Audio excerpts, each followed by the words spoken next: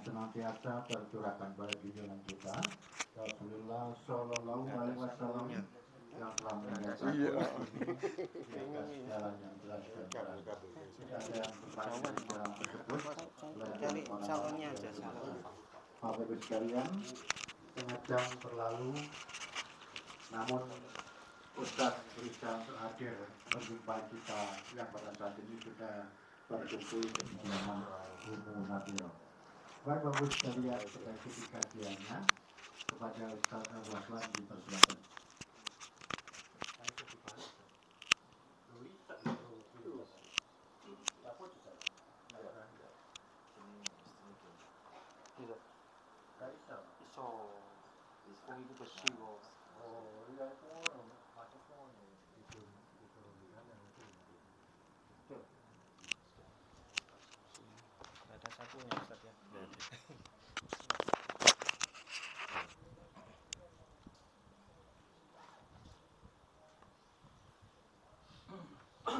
Bismillah. Assalamualaikum warahmatullahi wabarakatuh.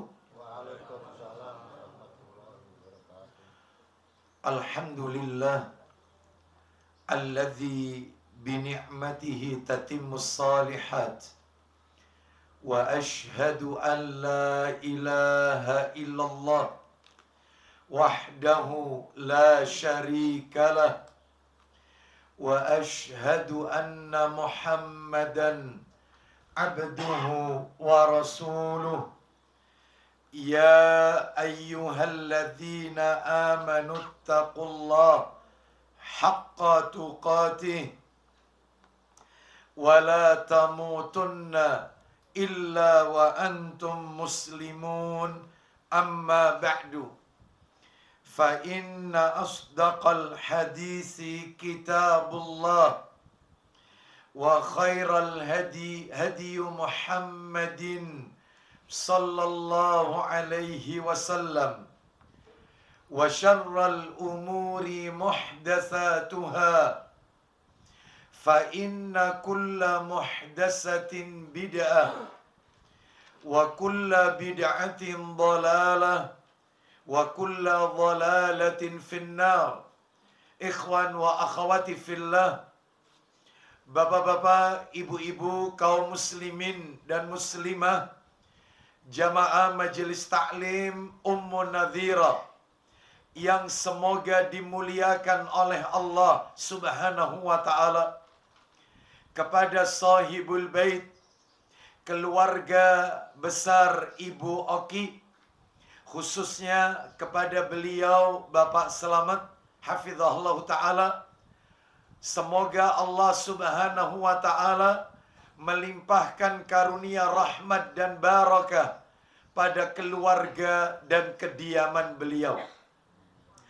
Tidak ada kata yang patut kita ucapkan di pagi hari ini selain rasa syukur kita kepada Allah tabaraka wa ta'ala atas segala karunia nikmat yang telah Allah berikan kepada kita.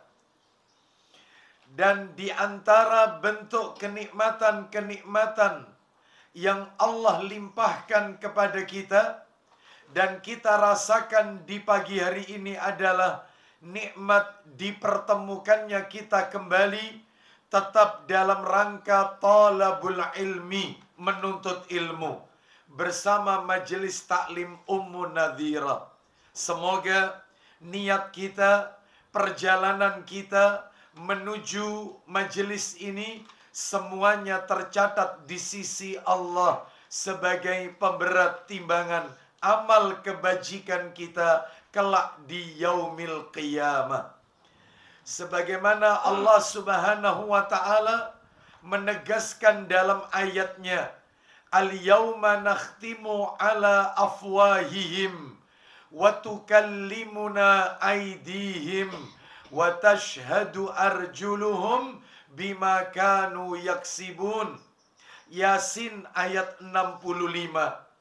Pada hari ini, maksudnya hari kiamat, kami tutup mulut mereka satu-satunya anggota tubuh manusia yang kelak pada hari kiamat tidak diberikan kesempatan oleh Allah untuk berbicara adalah al-lisan, mulut. Wa tukallimuna aydihim, akan berbicara kepada kami tangan mereka. Wa tashhadu arjuluhum, dan akan memberikan kesaksian kaki mereka. Bima kanu yaksibun, atas apa yang dahulu mereka kerjakan semasa hidup di dunia.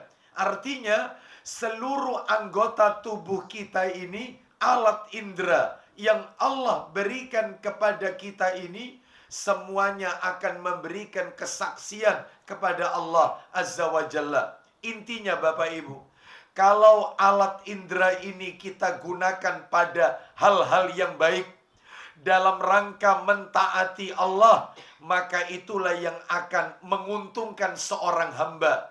Dia akan menerima catatan amalnya di tangan kanannya. Artinya dia akan memasuki surganya Allah Azza wa Jalla. Sebaliknya, jika alat indera yang Allah berikan kepada kita ini digunakan dalam rangka maksiat, waliyadzubillah, dalam rangka melakukan pelanggaran-pelanggaran syariat, apa-apa yang Allah tidak ridha, yang Allah haramkan, maka tentunya inilah yang akan menyeret manusia ke neraka Allah Azza wa Jalla. Mudah-mudahan kita selalu diistiqomahkan oleh Allah untuk selalu mentaati Allah dan Rasulnya hingga ajal menjemput kita. Dan mudah-mudahan Allah wafatkan kita dalam keadaan husnul khatimah. Bapak Ibu kaum muslimin dan muslimah rahimani wa rahimakumullah, pagi hari ini sebelum kita lanjutkan materi kita, kami mohon maaf atas keterlambatan kajian pagi hari ini. Mudah-mudahan duduknya Bapak Ibu sekalian sambil menanti kajian ini untuk dimulai tercatat sebagai ladang amal kelak di yaumil hisab.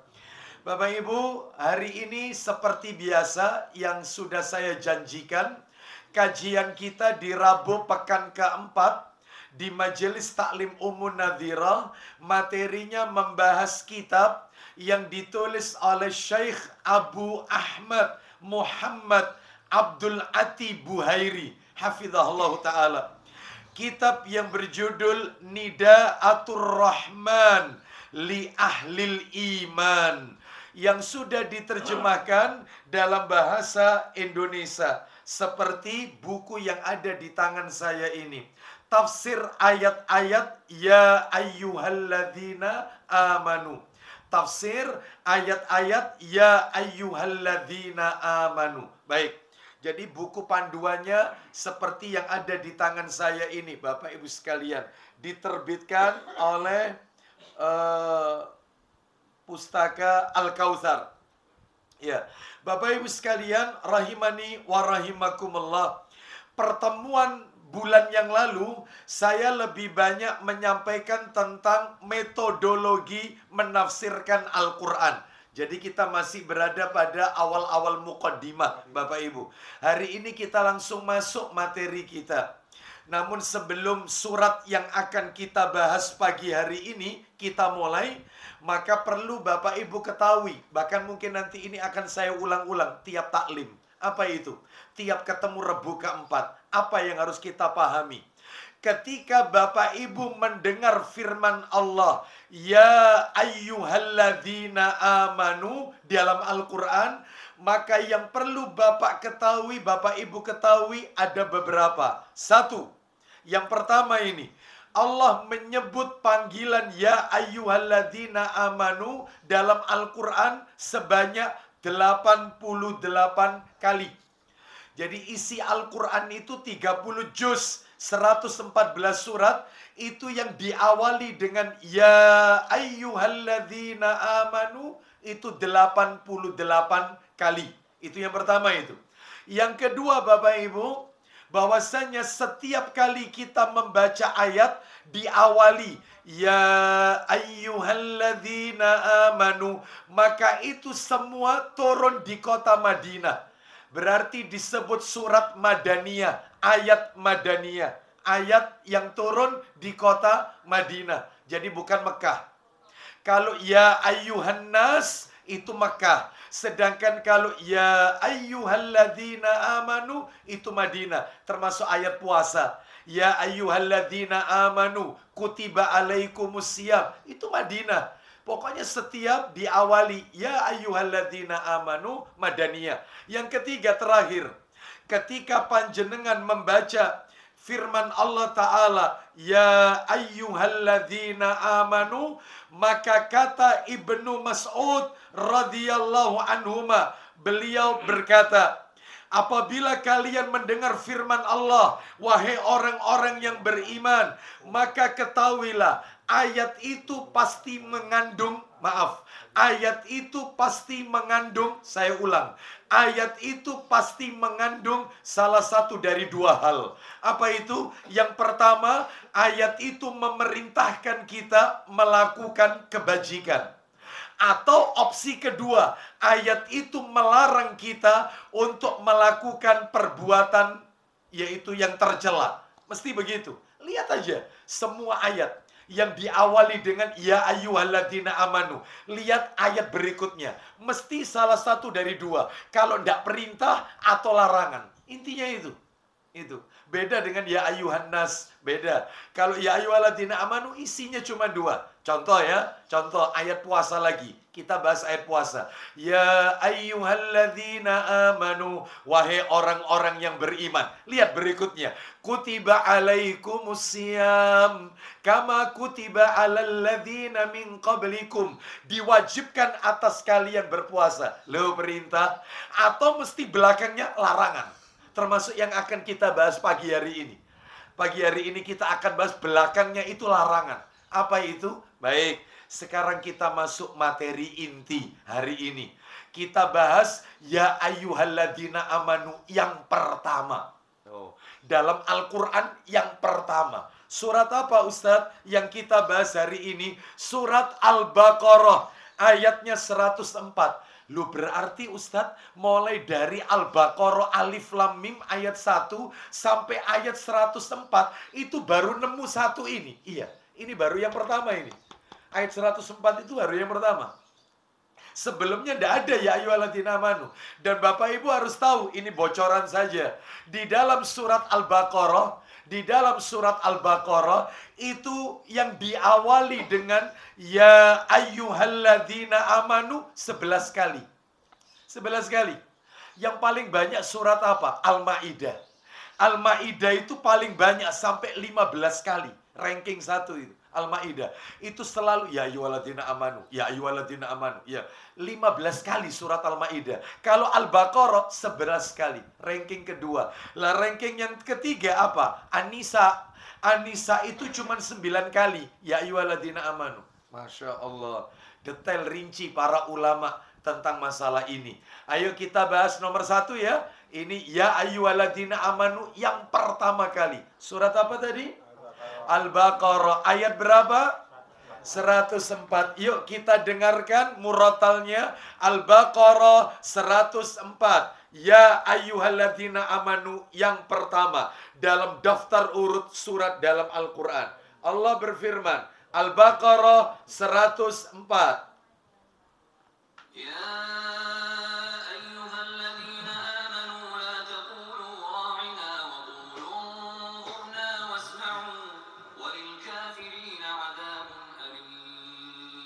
perhatikan, apakah benar cocok perkataannya Abdullah bin Mas'ud radhiyallahu an? Kita dengarkan terjemahannya. Tadi kan katanya Ibnu Mas'ud radhiyallahu an, kalau ada ya ayyuhalladzina amanu berapa kemungkinan? Dua. Kemungkinan pertama apa? Perintah. Kalau tidak ada perintah, kemungkinan yang kedua apa? Kita lihat ini terjemahannya. Dibantu Pak Harto terjemahannya, silakan. Wahai orang-orang yang beriman. Perhatikan. Janganlah kamu sudah diawali janganlah. Berarti larangan. Selalu itu. Berarti benar yang dikatakan oleh sahabat Ibnu Mas'ud radhiyallahu an. Ulang lagi Pak Harto, pelan-pelan, silakan. Wahai orang-orang yang beriman. Apa larangannya? janganlah kamu katakan ra'ina. Ra'ina, terus. Ra'ina. Tetapi katakanlah uzurna. Tetapi katakanlah unzurna. Terus, lanjut. Dan dengarkanlah. Terus. Dan orang-orang kafir akan mendapat azab yang lebih. Baik, Bapak Ibu, saya yakin bingung kalau baca ayat ini. Saya yakin, ini apa toh maksudnya? Dilarang mengucapkan ro'ina, tapi gantilah dengan unzurna. Ayo saya baca ulang terjemahan yang bagus. Begini Bapak Ibu. Kita lihat ya artinya ini. Saya baca ulang artinya. Wahai orang-orang yang beriman, la taqulu ra'ina. Janganlah kamu katakan kepada Nabi Muhammad ra'ina wa qulunzurna, akan tetapi katakanlah kepada Nabi Muhammad unzurna wasma'u, dan dengarkanlah, walil kafirina adzabun alim, dan bagi orang-orang kafir siksaan yang pedih.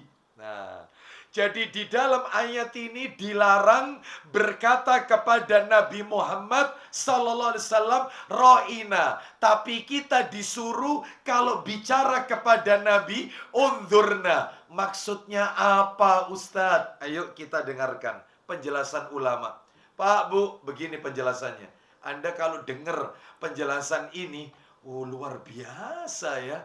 Ternyata sampai seperti itu kita dilarang. Jadi begini, ceritanya ini. Asbabun nuzul ini, sebab turunnya ayat. Jadi ketika ayat-ayat Quran itu turun kepada Nabi, lalu Nabi kan menjelaskan kepada para sahabat. Maka para sahabat di antara mereka ada yang tidak paham. Ada yang tidak paham. Mungkin bisa jadi Nabi terburu-buru menjelaskannya, atau mungkin terlalu cepat sehingga mereka mengatakan ro'ina. Ro'ina, maksudnya ro'ina itu ro'i ahwalina. Wahai Rasulullah, perhatikan keadaan kami. Kami ini tidak semuanya sama. Ulangi lagi pelajarannya. Ro'ina, ulangi lagi. Tolong diulangi lagi materinya. Ya kayak panjenengan kalau misalnya tidak paham, ulangi Ustadz surat apa tadi? Kurang lebih kayak ngono lah. Ro'ina. Itu dulu. Tapi sudah dilarang itu. Jangan pakai ro'ina. Kenapa kok dilarang ro'ina? Ternyata Bapak Ibu sekalian. Nah ini yang bikin saya merinding. Ternyata ketika para sahabat mereka mengatakan ro'ina, ro'ina, ulangi lagi pelajarannya wahai Rasulullah. Ro'ina, ro'i ahwalina, perhatikan keadaan kami wahai Rasulullah. Ternyata orang Yahudi menangkap. Apa kata orang Yahudi? Loh, orang Islam pakai bahasa ro'ina. Sedangkan mereka bahasa Yahudi, bahasa Ibrani. Ibrani kan bahasa Yahudi. Itu juga mereka punya bahasa ro'ina. Tapi artinya seperti bumi dengan langit. Bapak Ibu maaf ya. Saya kalau ngomong kasar, maaf ini ya. Kalau saya kasar, saya sudah minta maaf ini. Jutaan maaf. Saya minta maaf. Ro'ina dalam bahasa Yahudi, Ibrani adalah bangsat. Celaka, mampus. Sehingga orang Yahudi berkata, kalau gitu mulai sekarang tidak perlu kita sembunyi-sembunyi mengolok-ngolok Nabi Muhammad. Terang-terangan aja pakai bahasanya kaum muslimin. Ro'ina Muhammad, Ro'ina Muhammad, Ro'ina Muhammad, Muhammad mampus, Muhammad mampus, Muhammad. Sehingga turun ayat ini Al-Baqarah. Mulai sekarang kalau ngomong sama Nabi Muhammad, jangan ro'ina, tetapi ucapkan unzurna. Lah apa artinya unzurna? Sama. Unzurna itu artinya ulangi lagi pelajarannya. Perhatikan keadaan kami. Sama.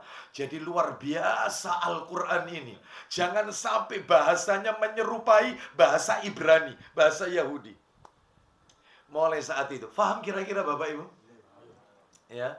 Jadi orang Yahudi bermerasa dapat angin dia. Selama ini kalau mencaci maki Nabi Muhammad itu kan jalur belakang, sembunyi-sembunyi. Lah ini karena orang Islam memiliki bahasa Quran ro'ina, mereka pakai bahasa mereka yang juga ro'ina. Cuman artinya beda. Kalau ro'ina versi Nabi dan sahabat, ulangi pelajarannya. Perhatikan kami. Sedangkan ro'ina versi Yahudi dalam bahasa mereka mampus. Ya, celaka itu. Sehingga mereka terang-terangan memakai bahasa ini di tengah-tengah kaum muslimin. Ro'ina Muhammad, Ro'ina Muhammad, Ro'ina Muhammad, Muhammad celaka, Muhammad mampus. Na'udzubillah min dzalik. Ya, akhirnya turun ayat. Ayat itu turun surat apa tadi? Al-Baqarah. Ayat berapa tadi? 104. Ya, untuk apa? Untuk menyelisihi bahasa orang-orang Yahudi, yaitu bahasa Ibrani. Apa artinya undurna? Sama dengan ro'ina, yaitu ulangi, perhatikan kami, jelaskan kepada kami kembali. Itu maksudnya undurna. Berarti kalau sekarang panjenengan, kalau ada seorang ustadz nyampaikan terlalu cepat atau mungkin kelewat, maka ucapannya pakai apa? Undurna, ulangi lagi. Iya, ulangi, repeat again. Iya. Itu bahasa-bahasa itu ya. Bapak Ibu sekalian, rahimani wa rahimakumullah. Sekarang pelajaran apa yang bisa kita ambil dari hadis ini? Pelajaran pokok hadis ayat ini. Pelajaran apa yang bisa kita ambil dari ayat ini? Bapak Ibu, pelajarannya ada dua, tapi panjang Bapak Ibu. Dua tapi panjang. Pelajarannya cuma dua yang bisa kita ambil dari ayat ini. Al-Baqarah ayat 104. Apa itu? Satu, pelajaran yang pertama. Di dalam ayat ini menjelaskan kepada kita, saya ulang, di dalam ayat ini menjelaskan kepada kita tentang sikap jahat orang Yahudi. Sikap jahatnya orang Yahudi, terutama Yahudi. Tidak ada bangsa yang paling jahat dengan orang Islam kecuali Yahudi. Meskipun dia termasuk ahlul kitab. Ya kalau mau dikebiar uya ahlul kitab. Nasrani juga jahat. Tetapi yang paling top jahatnya itu Yahudi. Itu Yahudi.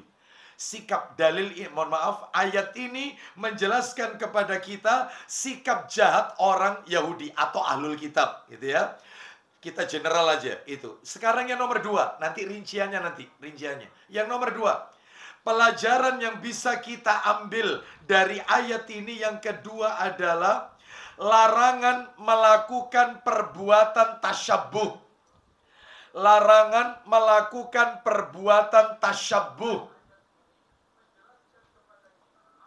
Tasyabbuh.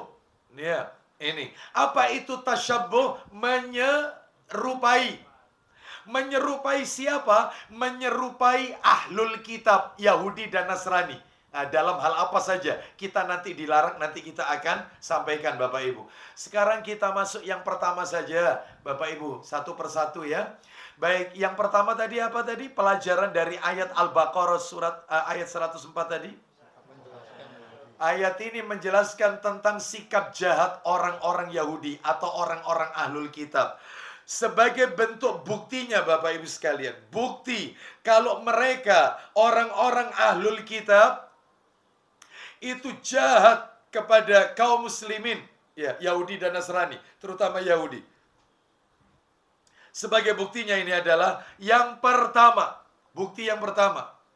Mereka berusaha memurtadkan dan menyesatkan kaum muslimin. Mereka berusaha memurtadkan dan menyesatkan kaum muslimin. Oh iya, mana dalilnya? Kalau mereka itu berusaha keras agar kaum muslimin ini keluar dari Islam. Memurtadkan kaum muslimin. Nanti tak tunjukkan strategi mereka. Saya tunjukkan strategi yang mereka lakukan itu apa. Terutama untuk umat Islam di Indonesia. Nah itu ya. Kita lihat ini. mereka berusaha memurtadkan dan menyesatkan kaum muslimin. Coba dibuka, dibantu Al-Baqarah ayat 109. Al-Baqarah ayat 109. Tadi kan 104 yang kita bahas. Ya, ini yang 109. Allah berfirman, Al-Baqarah 109.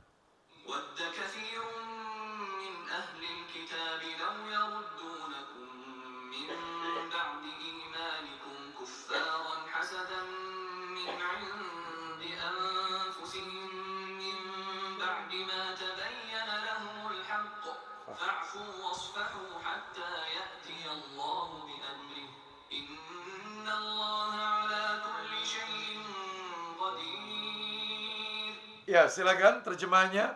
Banyak di antara ahli kitab. Ulang lagi. Banyak di antara ahli kitab menginginkan sekiranya mereka dapat mengembalikan kamu setelah kamu beriman. Loh, jelas sekali kan? Banyak di antara ahli kitab menginginkan sekiranya mereka dapat mengembalikan kamu setelah kamu beriman. Menjadi apa?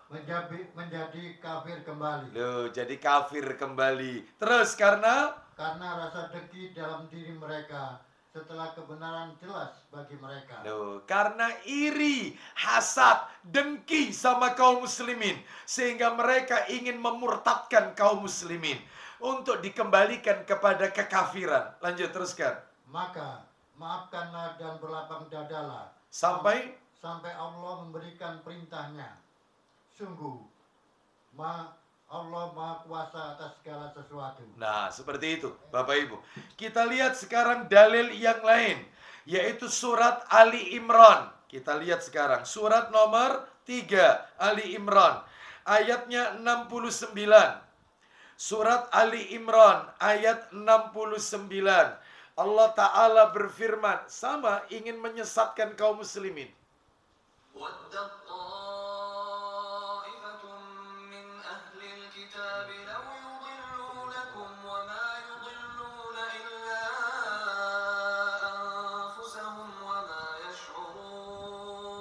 Ya, silakan. Segolongan ahli kitab ingin menyesatkan kamu. Ya kan? Segolongan ahli kitab, Yahudi dan Nasrani, ingin menyesatkan kalian. Padahal sesungguhnya mereka tidak menyesatkan, melainkan diri mereka sendiri. Tetapi mereka tidak menyadari. Nah, seperti itu. Kita lanjutkan Bapak Ibu yang nomor 2. Bukti yang nomor 2.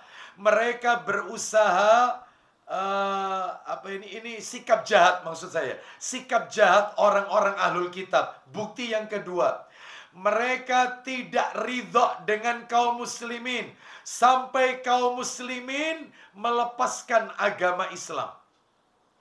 Mereka tidak ridho dengan kaum muslimin sampai akhirnya kaum muslimin melepaskan agama Islam. Iya. Kata para alim ulama, yang dimaksud dengan yang menjadikan mereka itu ridho sampai kaum muslimin lepas dari agamanya, itu tidak harus pindah agama, katanya ulama. Tidak harus pindah agama. Maksudnya adalah silakan kalian tetap baca syahadat, KTP kalian tetap Islam, tetapi kehidupan kalian mengikuti cara-cara kami. Cara makannya ikut cara mereka, cara berpakaiannya ikut model-model mereka, apa yang menjadi simbol-simbol mereka, maka kaum muslimin harus ikut lata, harus ikut. Mereka kalau hari raya memakai lampion-lampion, ayo kaum muslimin, ya lampion. Ya, mereka hari raya mereka memakai baju Santa Claus, Sinterklas. Maka kaum muslimin ya paling tidak topinya lah, topi Santa Claus dipakai. Ya, itu. Tidak harus pindah agama kok, tidak harus. Mereka Hindu Buddha itu pakai tasbih, biji-biji tasbih kalau zikir. Maka kaum muslimin ya gawe lah wiritan ya pakai tasbih. Itu. Tidak harus keluar Islam, tidak harus, jangan. Kalian tetap Islam, tapi cara peribadatan kalian ngikuti kami.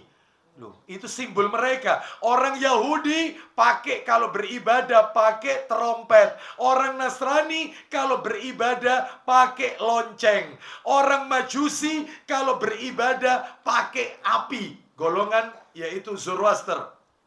Ya, seperti itu. Sedangkan ternyata kaum muslimin ketika sholat memakai pukul beduk. Padahal pertanda untuk masuknya waktu sholat itu adzan atau pukul beduk. Selesai. Ya, selesai, sudah dijawab ya. Anda sudah paham sendiri. Ini simbol mereka. Pakai alat-alat bantu nggak perlu. Cukup adzan itu sebagai tanda masuknya sholat. Nggak pakai pukul beduk. Kok niru kayak Yahudi Nasrani pakai alat-alat tertentu supaya mereka beribadah di sinagog, tempat peribadatan mereka, gereja dan seterusnya. Nggak perlu. Ya, baik. Seperti itu. Mereka orang Yahudi, orang Nasrani kalau beribadah sambil nyanyi. Lihat gereja, nyanyi mereka. Apalagi Yahudi, mereka nyanyi. Kalau beribadah, nyanyi mereka. Seperti itu. Lah kok kaum muslimin beribadah sambil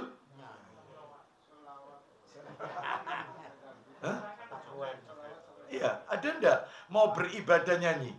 Ada, ya. Seperti itu, ya. Baik itu, macam-macam lah kita dengar itu kalau mau adzan itu kan banyak itu ya.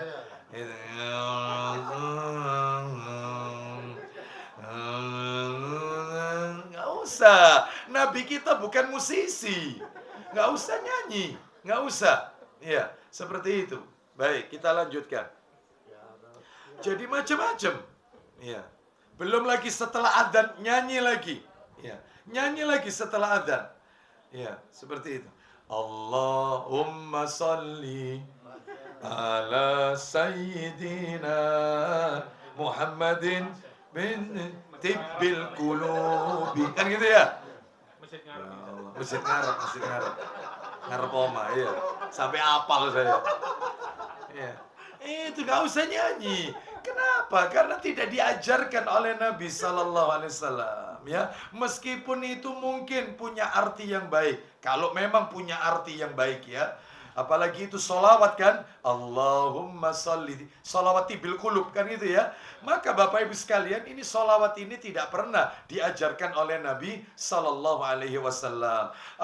Apalagi sholawatnya, sholawat yang berbau yaitu syirik, ya, sholawat berbau syirik, ya, misalnya dengan mengatakan li khamsatun utfi biha, kan gitu ya, harral waba wal khati'ah, ada 5 orang, gara-gara 5 orang ini musibah terhindar dan hilang kesedihan, semua dosa terampuni.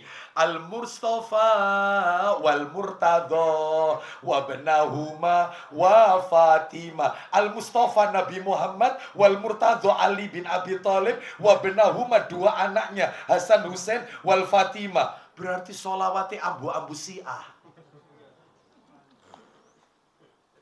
Janganlah. Ya. Ini gara-gara 5 orang, bayangkan, yang bisa menghilangkan musibah siapa? Allah Azza wa Jalla. Yang bisa menghilangkan semua kesedihan, menghapus semua dosa, siapa?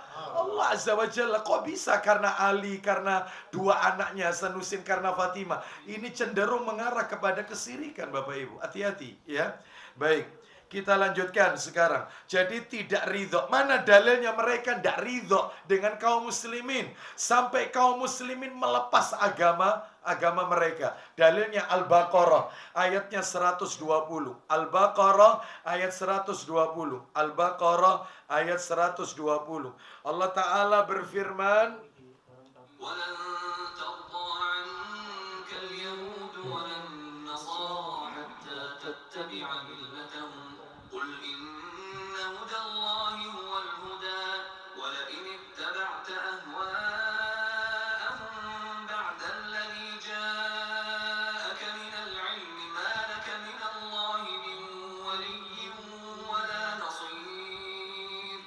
baik, silakan. Orang-orang Yahudi dan Nasrani tidak akan senang kepada kamu hingga kamu mengikuti agama mereka. Nah, jelas sekali. Orang-orang Yahudi dan orang-orang Nasrani tidak akan ridho kepada engkau Muhammad hingga engkau mengikuti agama mereka. Lanjut.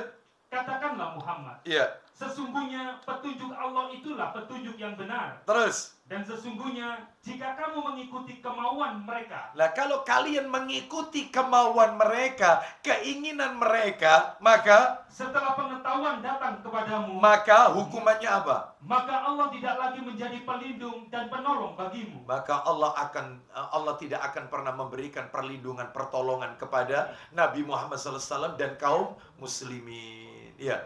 Baik, jadi tidak boleh mengikuti jejak mereka yang menjadi kekhususan mereka tentunya. Ya, baik, kita lanjutkan nomor 3, yaitu bukti tentang kejahatan ahlul kitab yang nomor 3. Nomor 3 ini, mereka selalu menyembunyikan kebenaran. Bapak Ibu kalau mau jujur, ya mau jujur ini, mereka itu paham yang benar itu kaum muslimin, tapi mereka menyembunyikan kebenaran. Ya, kebenaran. Mana dalilnya? Dalil.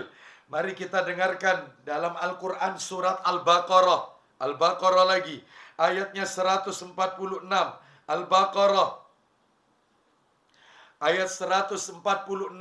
Allah Ta'ala berfirman. Al-Baqarah ayat 146. Alladzina atainahumul kitaba ya'rifunahu kama ya'rifuna abna'ahum wa inna fariqan minhum la yaktumuna al-haqqa wa hum ya'lamun. Ya, silakan. Orang-orang Yahudi dan Nasrani. Nah, jelas sekali. Yahudi dan Nasrani. Terus? Yang telah kami beri Alkitab, yaitu Taurat dan Injil, mengenal Muhammad seperti mereka mengenal anak-anaknya sendiri. Coba Bapak Ibu sekalian perhatikan, ada nggak orang tua nggak kenal sama anaknya? Nggak mungkin lah. Meskipun orang tua itu anaknya banyak, pasti dia tahu. Anak saya yang nomor 1 ini Ustadz, dia itu temperamen. Anak yang nomor 2 ini kebiasaannya begini. Senengannya itu ini. Tahulah. Kembali ke ayat ini. Orang Yahudi, orang Nasrani mengenal Nabi Muhammad SAW seperti mereka mengenal anak-anak mereka sendiri. Tahu yang benar itu Nabi Muhammad. Tetapi lanjut. Dan sesungguhnya sebagian di antara mereka menyembunyikan kebenaran. Padahal mereka mengetahuinya. Diungkap sama Allah isi hati mereka. Mereka itu tahu yang benar itu kita. Bahkan Bapak Ibu kalau pengen tahu ada ayat dalam Al-Quran. Sambil saya ingat ini. Al-Baqarah tetap. Al-Baqarah. Orang Yahudi, terutama Yahudi ini. Orang Yahudi itu mereka mengakui kiblat yang benar itu mengarah ke Masjidil Haram. Itu kiblat yang benar. Bukan Masjidil Aqsa. Jadi kan pada waktu itu kan Nabi sempat kiblatnya itu menghadap ke Baitul Maqdis. Terus terjadi pemindahan arah kiblat. Akhirnya Nabi ketika sholat zuhur itu sholatnya berputar. Makanya ada masjid namanya Masjid Qiblatain. Masjid 2 kiblat. Kejadiannya di situ soalnya. Lalu Nabi disuruh oleh Allah menghadap ke Al-Masjidil Haram. Yaitu Baitullah Ka'bah. Nah itu. Jadi orang Yahudi mengakui yang benar itu menghadap ke Masjidil Haram. Bukan Baitul Maqdis. Itu ada itu ayatnya. Tapi mereka tutupi itu. Wah memang dengki. Iri. Hasad. Lihat orang Islam ini. Dan anehnya pengikutnya mereka orang-orang munafik. Ya, seperti siapa? Ya seperti layaknya ini. Orang yang berinisial PG ini. Bikin atau ya seperti ini ya tanah suci itu bukan hanya Mekah ya seperti itu ya kayak gitu itu ya ucapan salamnya Yahudi kan ucapan salamnya salam dan seterusnya Yahudi. Bapak Ibu sekalian, hati-hati ya. Jadi ini diikuti dan seterusnya. Dan masih banyak orang-orang yang model seperti ini Bapak Ibu. Hati-hati. Karena orang munafik ini lebih berbahaya daripada orang kafir. Kalau orang munafik ini musuh dalam selimut. Kalau orang kafir jelas simbolnya beda, tempat peribadatannya beda, jelas kitabnya beda. Tapi orang munafik mereka juga sholat. Mereka juga ke masjid, tapi hatinya benci dengan ajaran Nabi Muhammad sallallahu alaihi wasallam. Tuh, itu. Hati-hati ya. Baik, kita lanjutkan. Jadi selalu menyembunyikan kebenaran. Terus yang nomor 4. Nomor 4, sikap jahat orang ahlul kitab, Yahudi terutama, dengan kaum muslimin. Mereka itu kalau ketemu kita, orang Yahudi, Nasrani, ya, ahlul kitab lah. Bila bertemu kita kaum muslimin, selalu mendoakan celaka kita. Mendoakan celaka. Mendoakan celaka. Contohnya, ucapan salam. Ucapan salamnya mirip dengan kita. Mereka pelesetkan. Kita kalau ketemu saudara kita kan mengucapkan Assalamualaikum. Pakai la. Assalamualaikum. Mereka tidak. Memang agak dicepatkan. Mereka tanpa la. Assalamualaikum. Assalamualaikum. Mana lanya? Bapak Ibu tahu kalau Assalamualaikum semoga Allah memberikan kalian keselamatan. Tetapi kalau Assalamualaikum celaka kalian. Ya, hati-hati. Terus kita lata, Waalaikumsalam warahmatullah. Ya, RT-nya Nasrani misalnya. Ya, seperti itu. Lalu mimpin 17-an, tirakatan, malam tirakatan, pidato. Assalamualaikum warahmatullahi wabarakatuh ya. Lata, Waalaikumsalam. Ada juga di antara mereka yang pakai la juga ada. Assalamualaikum. Apakah kita jawab? Nggak boleh. Cukup dijawab alaikum.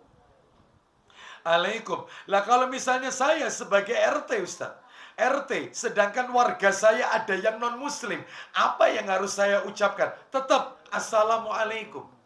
Dan Anda boleh mengucapkan salam bentuknya general, umum. Seperti selamat malam kami sampaikan kepada para tamu undangan. Selamat sore, selamat pagi. Boleh. Nggak usah ditambahi Assalamualaikum warahmatullahi wabarakatuh. Santi. Ya, salum, ya, namun budaya. Nggak usah lah. Ini mencampur adukkan antara yang hak dan yang batil. Ya. Makanya nanti pemimpin ke depan cari pemimpin yang soleh. Siapapun itu, siapapun. Cari pemimpin yang soleh, yang mau mengikuti aturan Allah dan aturan Rasul Sallallahu Alaihi Wasallam. Cari pemimpin yang soleh. Siapa Ustaz? Ya, seperti itu. Tidak boleh. Ya, ini pengajian itu bebas politik. Nah, boleh. Ya, kita doakan mudah-mudahan negeri kita diberikan pemimpin yang soleh. Siapapun orangnya, siapapun, semoga dijaga oleh Allah dari orang-orang yang di sekitarnya yang tidak soleh.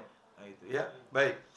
Kita lanjutkan Bapak Ibu sekalian. Jadi itu yang nomor 4, mendoakan celaka. Dalilnya mana? Dalilnya adalah riwayat Muslim dalam Sahih Muslim.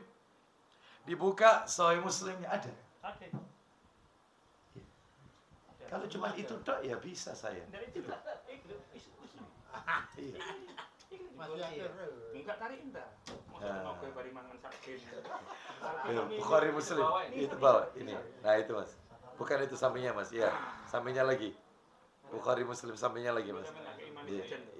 Bukan. Sampingnya. Bukan yang hijau itu, hijau Mas. Nah itu Bukhari.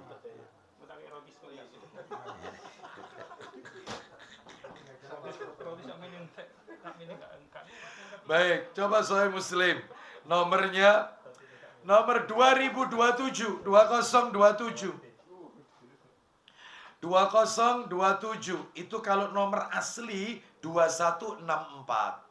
Kita baca yang cetakan terjemahan Muslim 2027. Nomor aslinya 2164. Silakan, ayo. Dari Abdullah bin Dinar radhiyallahu an bahwasanya dia mendengar Ibnu Umar bertanya kepada Rasulullah SAW. Maka jawab beliau, orang-orang Yahudi, bila mereka memberi salam kepadamu, maka ada salah seorang di antara mereka yang mengucapkan. Hati-hati, nggak pakai la itu. Silakan. Assalamu alaikum. Assalamu alaikum. Lanjut, teruskan. Maka jawablah alaika. Alaika. Jadi kalau mereka mengatakan assalamu alaikum, ya itu kan artinya celaka engkau, maka jawab alaika, kamu juga. Alaika itu kamu juga. Ya. Itu coba ditambah lagi. Sahih Muslim 2028, satu nomor setelahnya 2028, nomor aslinya 2165. Nomor asli 2165. Baca 2028, silakan. Dari Aisyah radhiyallahu anhuma ia berkata, Iya. serombongan orang-orang Yahudi minta izin bertamu kepada Rasulullah SAW. Iya. Lalu mereka ucapkan Assalamualaikum. Assalamualaikum. Terus? Jawab Aisyah, bal alaikumus salam wal la'nat. Nah, terus? Maka bersabda Rasulullah SAW, Iya. Ya Aisyah, Iya. sesungguhnya Allah SWT senang keramah tamahan dalam segala urusan. Jadi istri Nabi tidak terima suaminya disampaikan salam oleh orang Yahudi. Assalamualaikum, racun untukmu, mampus kamu. Aisyah menjawab, ya, Basamu'alaika wa laknah. Kamu juga racun dan dilaknat oleh Allah. Ditambahi dengan ya, wajar ya, istri itu bela suaminya. Ya, seperti itu. Ternyata kata Nabi jangan. Jangan, Allah itu senang dengan yaitu kasih sayangnya. Cukup kau jawab aja alaika. Ya, kamu juga racun kok. Ya, seperti itu. Silakan, ayo. Kata Aisyah, tidakkah Anda mendengar ucapan mereka? Ya, tidakkah Anda dengar ucapan mereka? Terus. Jawab beliau, ya, aku mendengarnya. Terus. Bahkan telah ku jawab, wa'alaikum. Wa'alaikum, kalian juga. Nah, itu ya. Baik, atau podoai, sami-sami. Ya. Nomor 5. Kejahatan orang-orang ahlul kitab, terutama Yahudi ini, kepada kaum muslimin, apalagi kepada Nabi Muhammad SAW. Yang kelima adalah mereka pernah menyihir Nabi. Mereka pernah menyihir Nabi. Mana dalilnya? Ayo dibuka Sahih Muslim. Nomornya Sahih Muslim nomor 2050.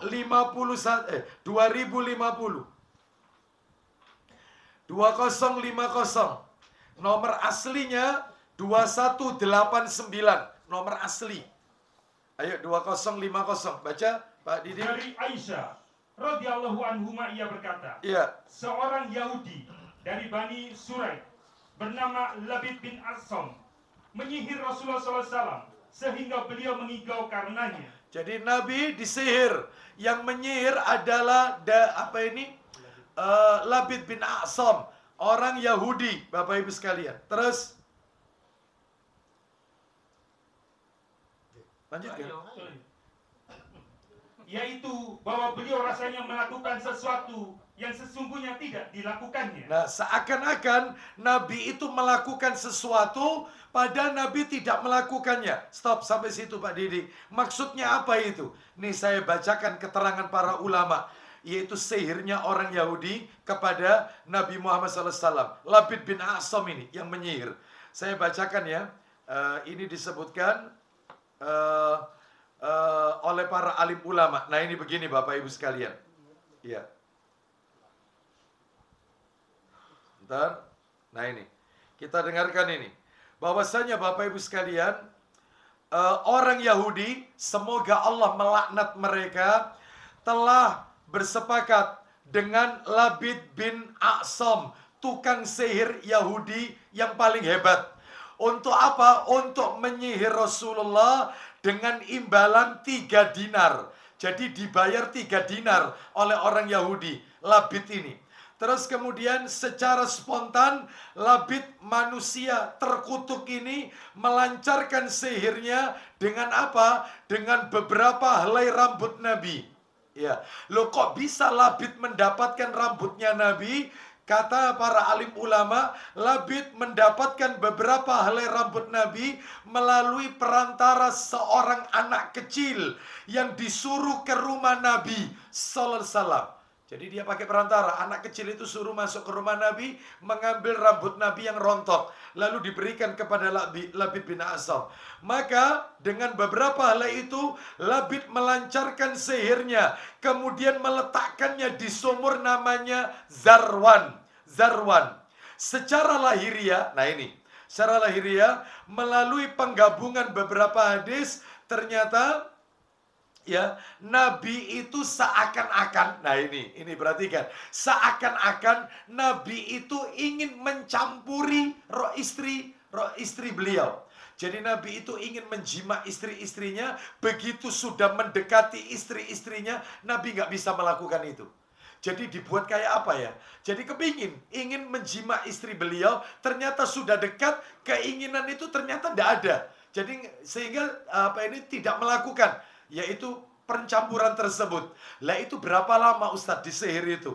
Dalam riwayat dikatakan selama 40 hari. Jadi seakan-akan Nabi kalau mendatangi istrinya ingin melakukan itu, terus kemudian Nabi tidak melakukannya, batal. Itu terus dibuat kayak begitu, sehingga akhirnya Allah turunkan 2 malaikat meruqyah Nabi sallallahu alaihi wasallam.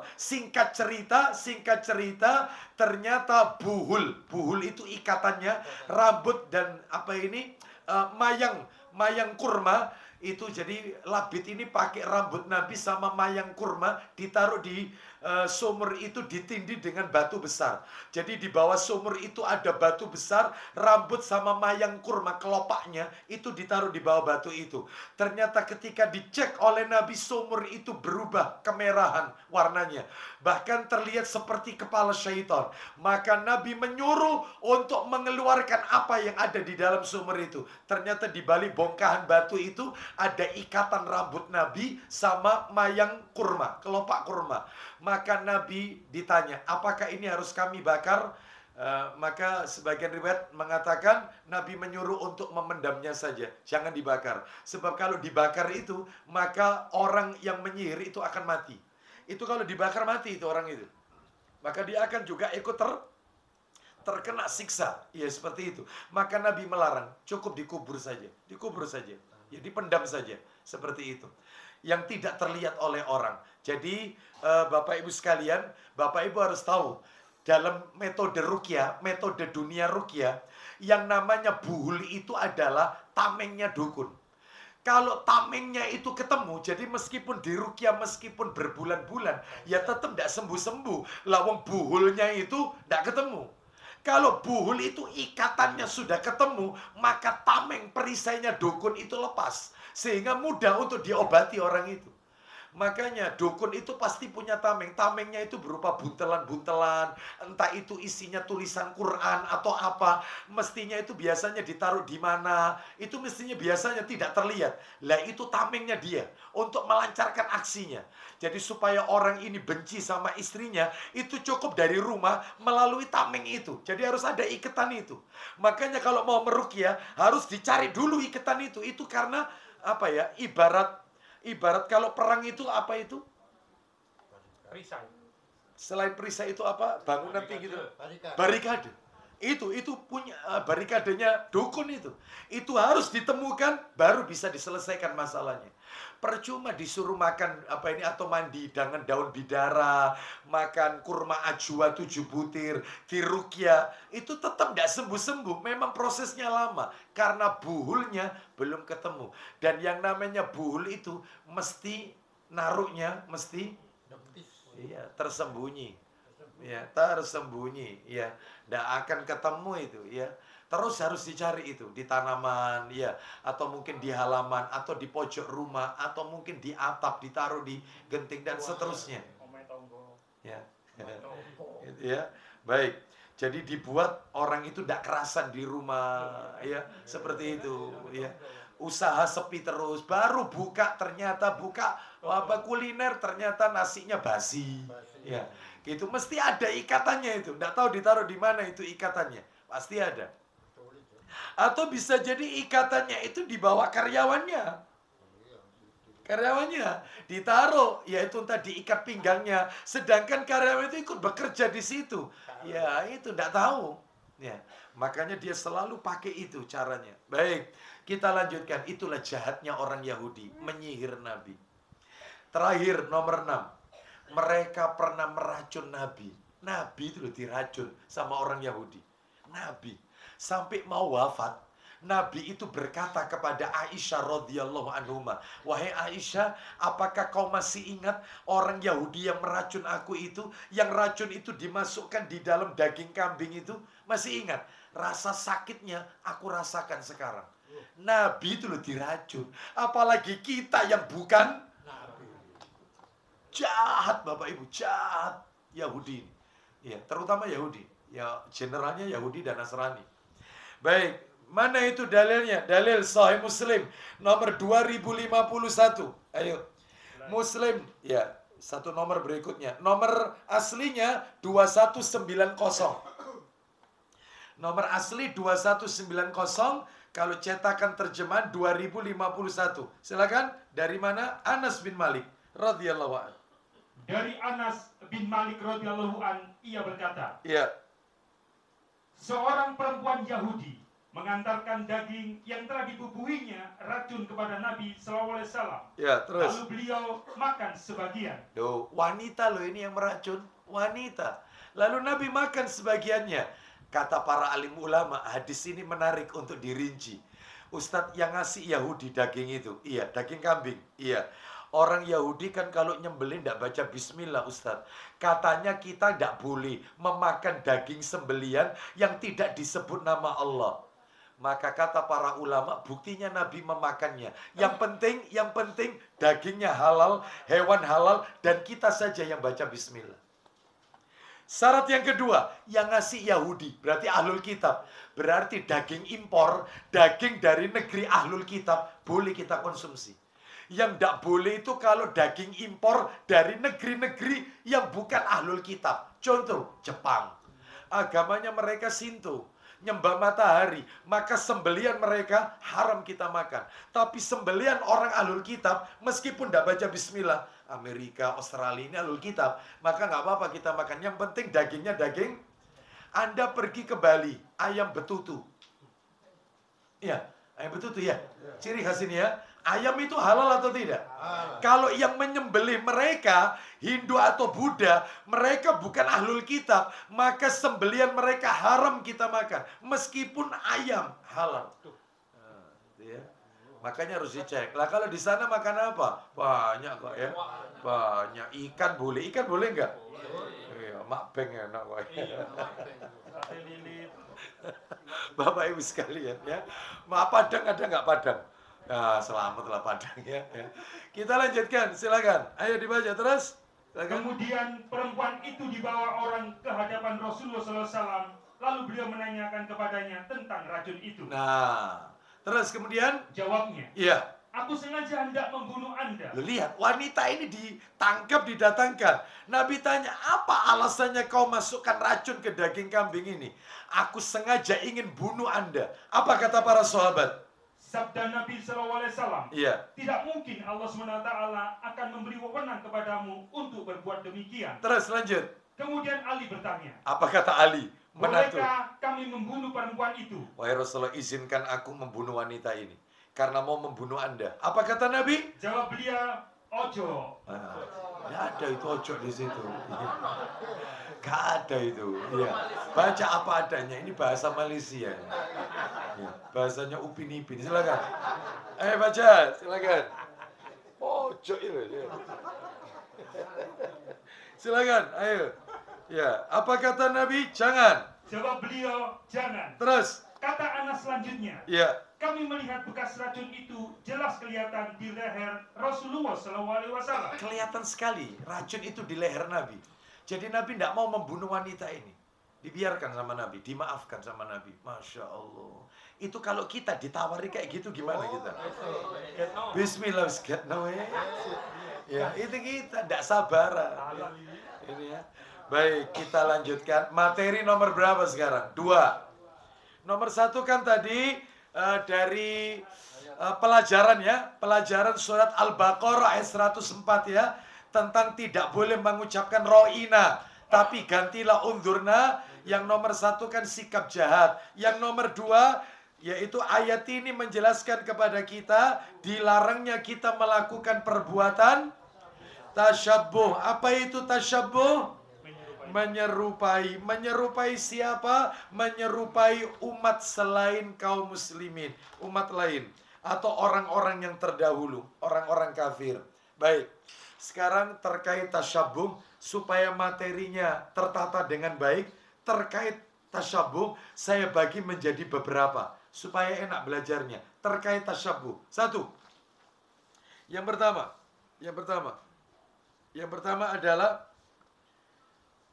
ini kita bertasyabuh dengan siapa? Berita Nabi kita akan bertasyabuh dengan siapa? Berita Nabi kita akan bertasyabuh dengan siapa? Nah itu. Berita Nabi. Nomor dua. 3 rambu-rambu tasyabuh. 3 rambu-rambu tasyabuh. 3 rambu-rambu tasyabuh. Terakhir yang nomor 3 terkait tasyabuh ya. Yang nomor 3 adalah fenomena tasyabuh di masyarakat kita. Atau fenomena tasyabuh di negeri plus 62. Mana negeri plus 62? Setahu saya 031 saya.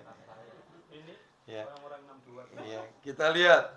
Nomor 1 dulu. Apa tadi nomor 1 seputar tasyabuh yang kita pelajari? Nomor 1.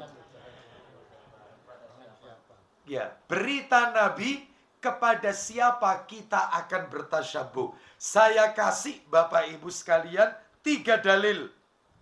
3 dalil. Saya kasih 3 dalil. Dalil yang pertama, Sahih Bukhari. Dalil pertama, Sahih Bukhari. Nomor asli dulu ya, nomor asli. Nomornya cantik ini, nomor aslinya. Nomornya 3456. Ini urut nomornya ya. Sahih Bukhari nomor 3456. Kalau cetakan terjemahan nomornya 1968. 1968. Bukhari. Cetakan terjemahan belakang sendiri 1968. Itu cetakan terjemahan.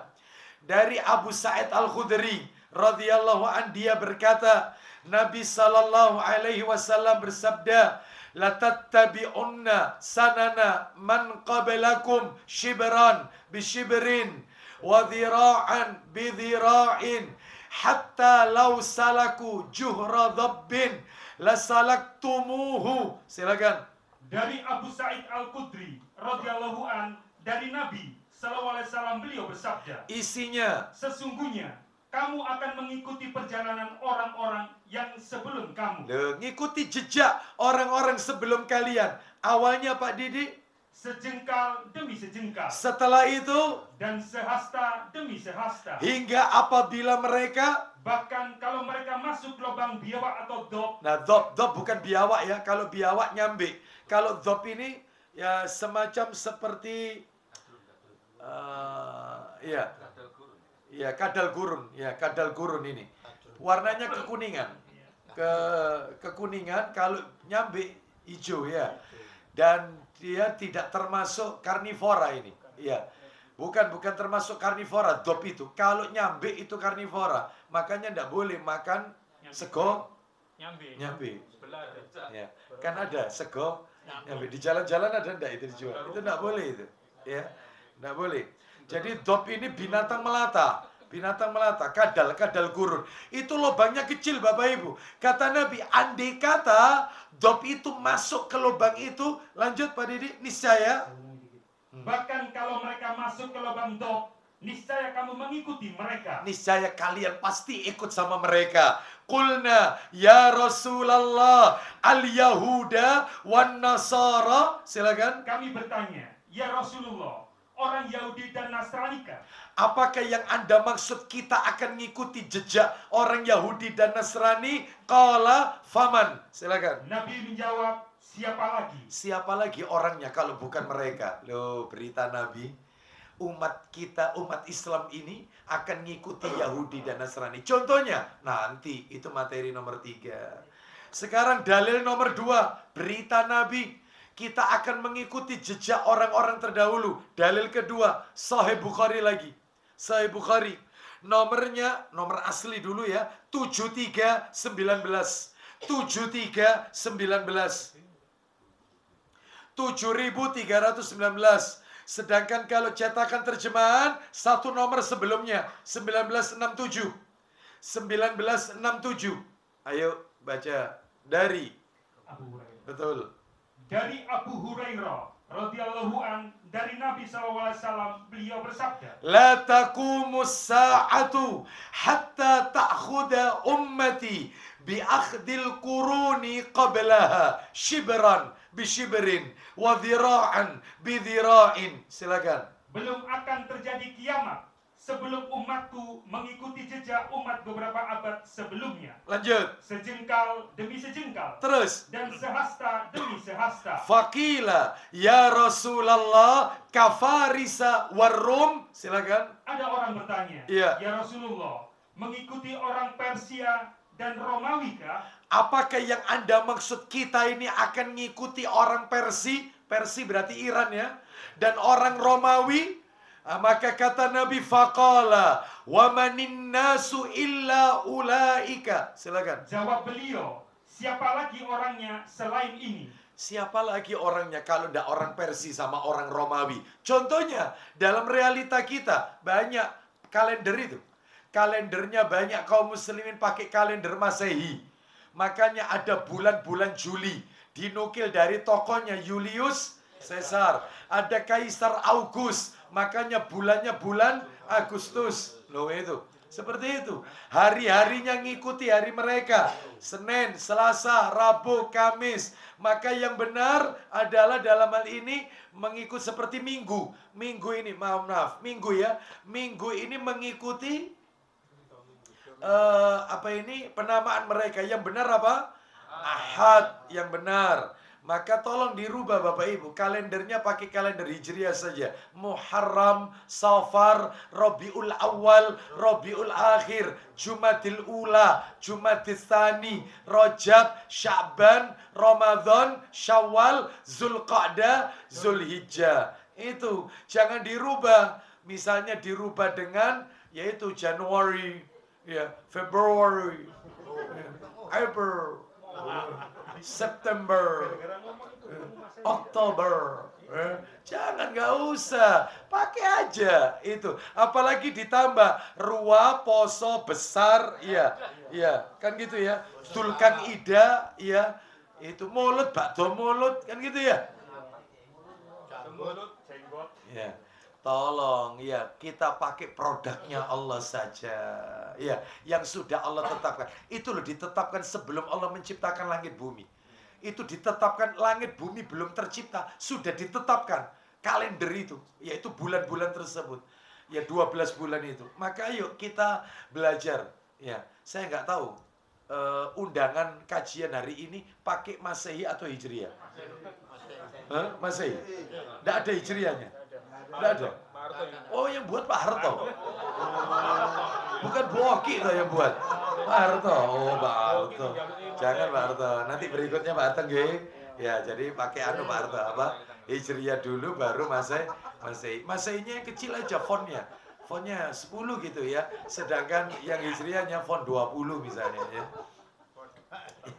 Kita lanjut ukurannya. Terakhir, nomor 3, dalil ketiga. Ya.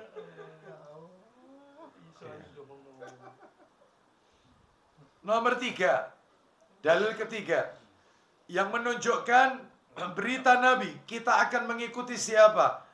Dibuka Tirmidzi.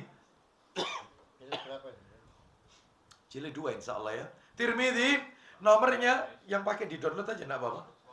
Nomornya 2219. Tirmidzi dalam kitab Sunan Tirmidzi 2219. 2219. Iya. 2219.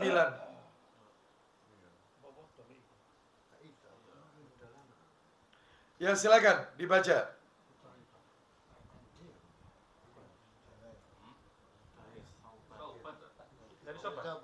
Iya, betul, dari Sauban, betul. Dari Sauban. Iya, betul. Dari Sauban. Dari Sauban radhiyallahu an berkata, ya. Rasulullah sallallahu alaihi wasallam bersabda. Perhatikan baik-baik, ya. Nabi sallallahu alaihi wasallam bersabda, ya, itu saya baca yang ada di tengah-tengah saja. La taqumus sa'ah hatta talhaqa qabailu min ummati bil musyrikin wa hatta ta'budu qabail wa hatta ta'budul awthan. Silakan, ayo. Kiamat tidak akan terjadi. Ulang lagi. Kiamat tidak akan terjadi. Hingga kabilah-kabilah dari umatku bertemu kaum musyrikin. Terus. Dan hingga patung-patung disembah dan di tengah-tengah umatku. Stop. Jadi kata Nabi, tidak akan pernah terjadi hari kiamat hingga umatku mengikuti kabilah, hingga umatku mengikuti jejaknya kaum musyrikin. Orang-orang musyrik yang diperangi oleh Nabi waktu itu. Hingga nanti umatku kembali menyembah apa tadi? Berhala patung. Bayangkan. Bapak Ibu sekalian.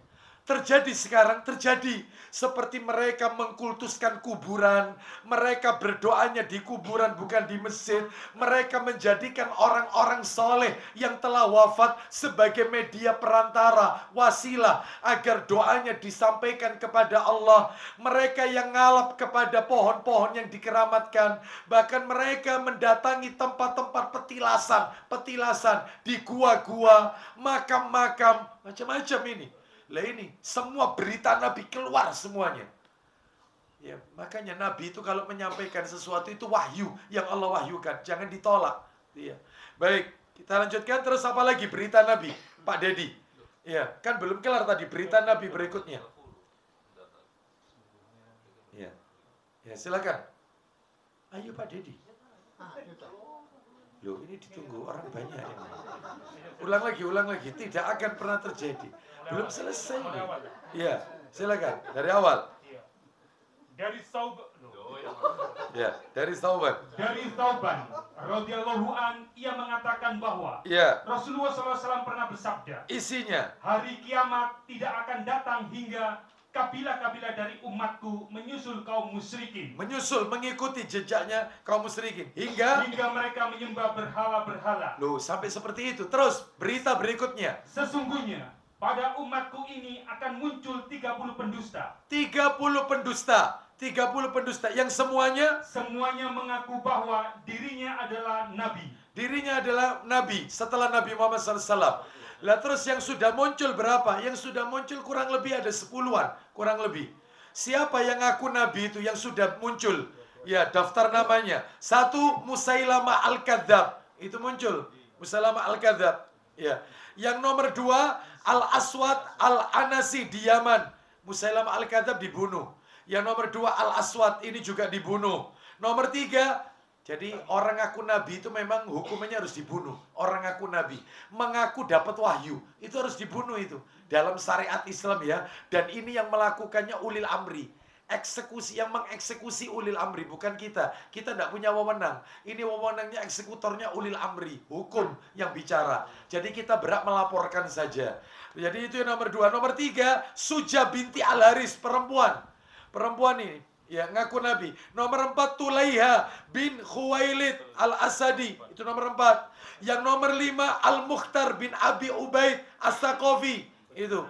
Yang nomor 6, Al-Harits bin Sa'ad Al-Kadzab. Yang nomor 7, Mirza Ghulam Ahmad dari Al-Qadiani, India. Ya, dia mengaku sebagai Nabi. Bahkan Imam Mahdi yang ditunggu-tunggu. Makanya punya aliran Ahmadiyah. Lah ini pencetusnya.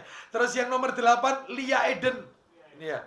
Ini. Terus kemudian yang ke-9, mantan pemain bulu tangkis Indonesia, nyetor nama Indonesia. Mantan pemain bulu tangkis mengaku mendapatkan wahyu di bundaran HI. Ya. Apa itu? Ahmad Musaddiq. Nah, itu mengaku sebagai nabi. Bahkan bukan hanya ngaku nabi, dia punya pengikut. Makanya masuk kategori. Dia punya pengikut.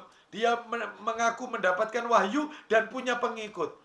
Sudah diamankan oleh pemerintah kita. Alhamdulillah. Ya, pemerintah kita cepat tanggap, langsung diamankan. Sudah hukum yang bicara. Seperti itu. Masih ada beberapa itu ya. Jangan sampai majelis taklim umum nadhiro ada yang menambah daftar ini, jangan. Nauzubillah min dzalik. Ya. Ini enggak boleh. Ya. Jadi Bapak Ibu sekalian, ini yang pertama ya. Berarti umat ini kalau gitu disimpulkan ngikuti siapa?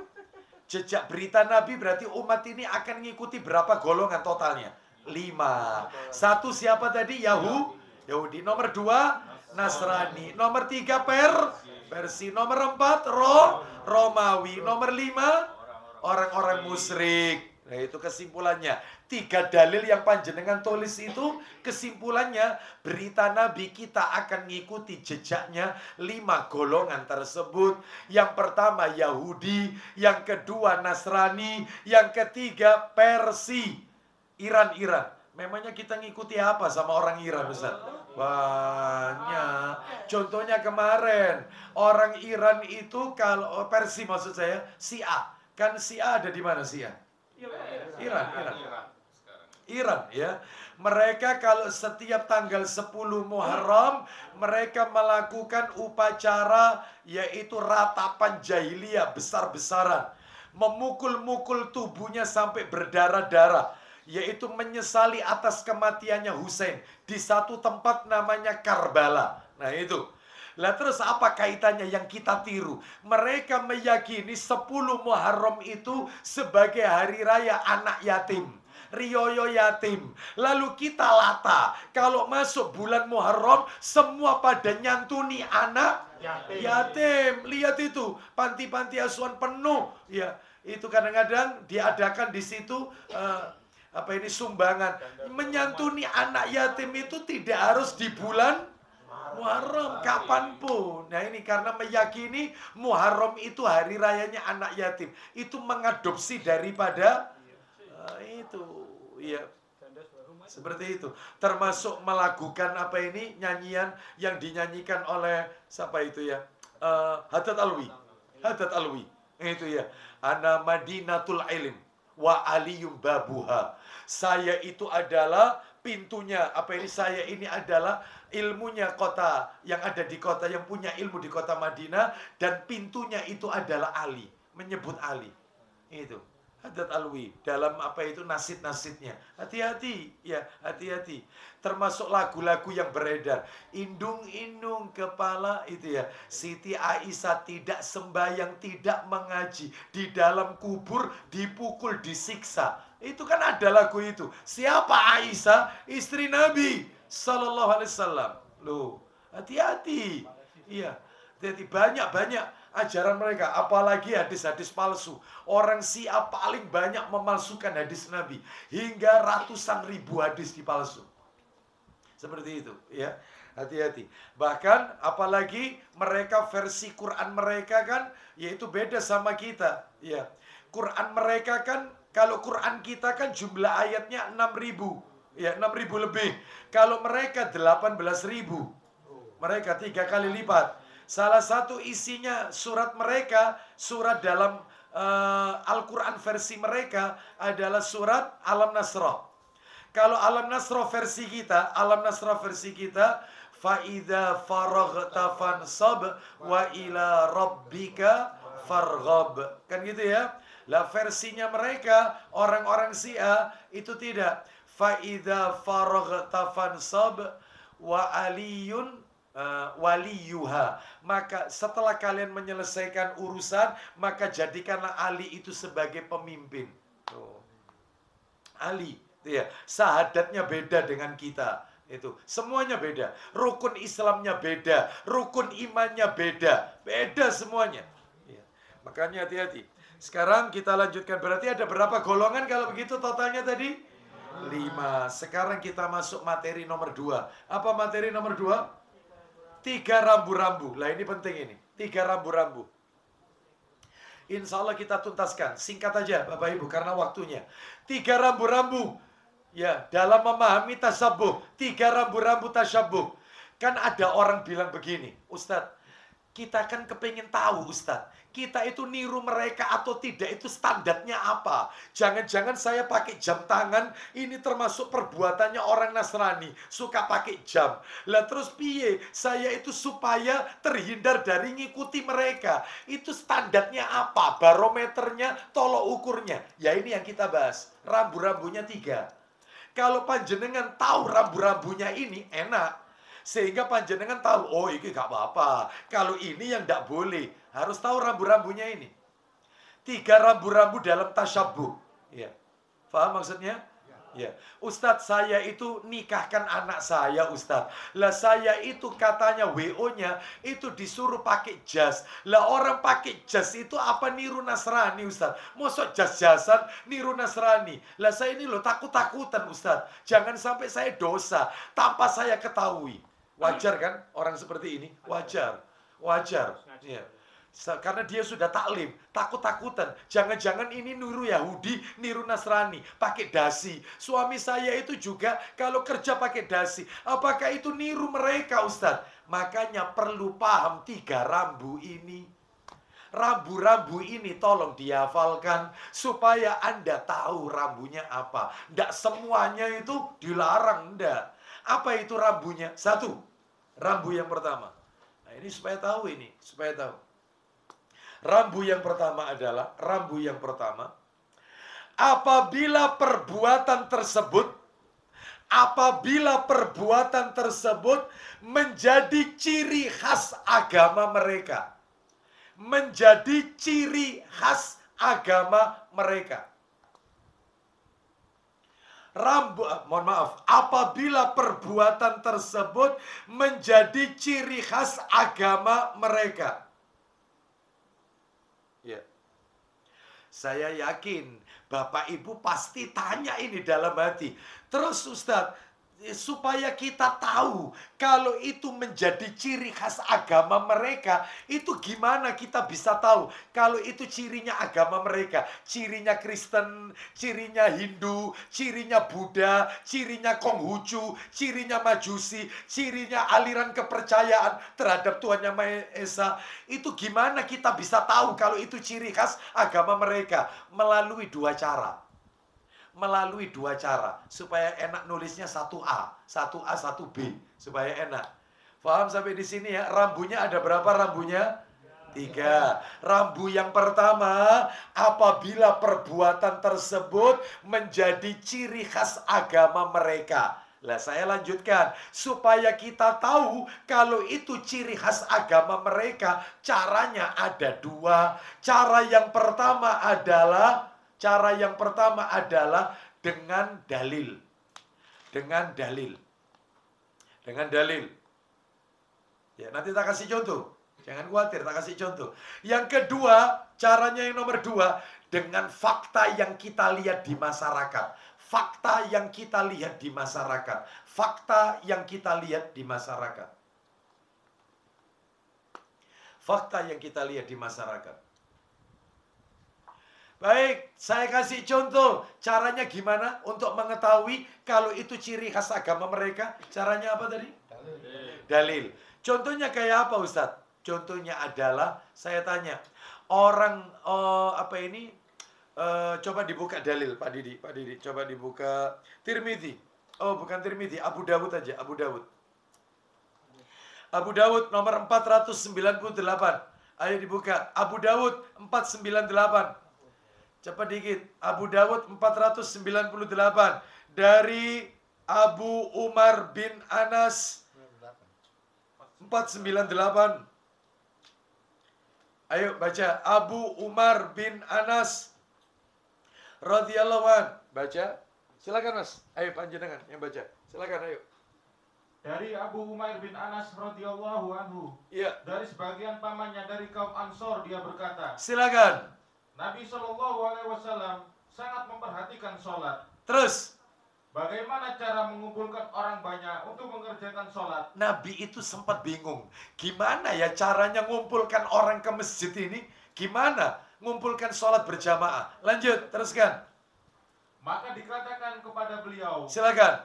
Pancangkanlah bendera ketika waktu sholat telah tiba. Gini aja, wahai Rasulullah. Gimana kalau mau waktu masuk sholat, dipancangkan bendera. Jadi kalau orang lihat bendera itu berarti sudah masuk waktu sholat. Lanjut, teruskan. Apabila mereka melihatnya, maka sebagian memberitahukan yang lainnya. Kalau waktu sholat sudah masuk. Akhirnya, lanjut. Namun usulan itu tidak disukai beliau. Nabi gak suka. Masa pakai bendera? Lanjut, teruskan. Lalu disebutkan juga kepada beliau, trompet. Trompet.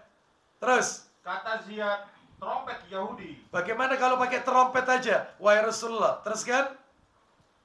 trompet Yahudi. Pendapat ini juga tidak disenangi beliau. Nah, Nabi tidak suka kalau pakai trompet, alat musik. Terus lanjut. Dan beliau bersabda, iya, itu termasuk perbuatan orang-orang Yahudi. Aku nggak suka menyerupai orang Yahudi. Yahudi kalau mau sembahyang, mereka pakai trompet. Teruskan.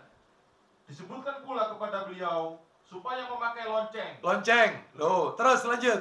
Beliau bersabda, iya, itu perbuatan orang-orang Nasrani. Itu Nasrani. Aku tidak mau. Lanjut, teruskan.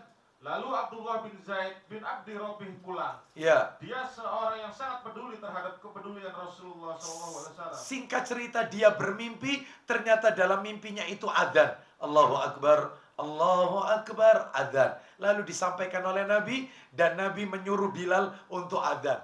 Sehingga saat itulah adzan berkumandang. Saya tanya, tolong dijawab dengan tegas. Kira-kira dalam hadis tadi ada enggak di situ disebutkan pukul beduk? Tidak ada. Berarti caranya manggil orang sholat dengan memakai didahului pukul beduk atau langsung adzan? Langsung adzan. Berarti kalau begitu Ustadz, maksudnya Ustadz ini mereka yang menyeru orang supaya ke masjid pakai pukul beduk, berarti itu tasyabbuh. Iya, tasyabbuh dengan orang-orang ahlul kitab yang mereka memakai alat-alat tertentu. Nah, berarti ada dalilnya. Lah terus cara yang nomor 2 dengan apa tadi? Supaya mengetahui kalau itu ciri khas, yaitu dengan fakta yang kita lihat. Saya tanya, orang Konghucu itu kalau hari raya faktanya pakai apa? Di masyarakat yang kita lihat, Konghucu. Gongsi baca apa? Satu angpau, betul. Ciri khas mereka, ya angpau, betul. Terus apa lagi? Ya ucapan ya. Lampion, iya. Simbol-simbol. Terus baju-baju ada nggak? Ciri khas. Merah-merah ya, merah-merah. Itu. Maka ini ciri khas, fakta. Itu ciri khas dengan fakta. Sehingga kita nggak usah pasang lampion di kantor-kantor, nggak usah. Tidak perlu pakai anak kita dibelikan untuk lucu-lucuan. Baju apa itu merah-merah, ada kuningnya itu ya. Kuning emasnya itu. Ya, itu seperti itu. Jangan ya. Termasuk juga tidak perlu seperti pakai bahasa mereka angpau. Seperti kalau Idul Fitri mesti ngasih uang. Iya, seperti itu. Idul Fitri itu tidak identik dengan memberi uang. Makanya banyak anak-anak kecil itu kalau Idul Fitri kalau ke rumah kita, itu kan ujung-ujung ya. Itu mereka tidak akan beranjak kalau tidak kita kasih uang itu kan. Tetap itu. Meskipun sak toples kacang dihabiskan, dia tetap di situ. Begitu dikasih uang, baru-baru itu baru. Assalamualaikum, salam. Gerutuk lagi datang, Assalamualaikum. Ya, lahir batin, langsung duduk. Ya, diem tok. Itu kalau Anda tidak keluar, jangan ajari anak-anak kita berjiwa pengemis. Kadang-kadang kita itu tidak sadar, pergi ke rumah family kita, lo mana angponya, ya. Kalau tidak ada, meskipun itu guyonan, nek gak ana sing biru ya sing abang wae. Tahu maksudnya gak ana sing biru sing abang wae? Atusan berarti. Kan gitu. Nek biru berapa? 50. Nek hijau. Itu loh, hafal ya ternyata ya. Masya Allah, di sini hafal. Bapak Ibu sekalian, jangan diajari jiwa pengemis. Ya. Terus nanti kadang-kadang orang tuanya tanya, habis unjung-unjung, kan oleh duit piro nak? Ayo ditabung nak. Itu loh. Itu niru agama mereka. Jangan dibiasakan. Jangan. Amplop itu jangan nanti beli kartu amplop yang bagus-bagus. Iya. Itu kan ada amplop kecil-kecil bagus, ngasih putu, ngasih Pak Selamat masih kayak gitu, Pak. Enggak ya, enggak lah ya. Putu beliau banyak ini ya. Ya. 16. Ya, 16 cucunya ya. Cicit 7. Masya Allah. Ya, jangan, enggak usah, jangan dibiasakan. Nanti kalau cucunya nuntut hari raya tahun depan, loh kok apa ini Pak Yangkong ya. Mana itunya uangnya, uang barunya. Qala Rasulullah sallallahu alaihi wasallam. Ya, ini kakeknya sudah taklim. Ya. Itu enggak ada ya, enggak ada. Ayo dimakan aja. Nanti aja kalau kamu mau sekolah, kamu butuh apa, nanti tak belikan. Apa? Pengen buku tulis atau apa? Nanti tak ajak. Boleh lah, hadiah, boleh. Ya, jadi Idul Fitri ya tidak identik dengan itu.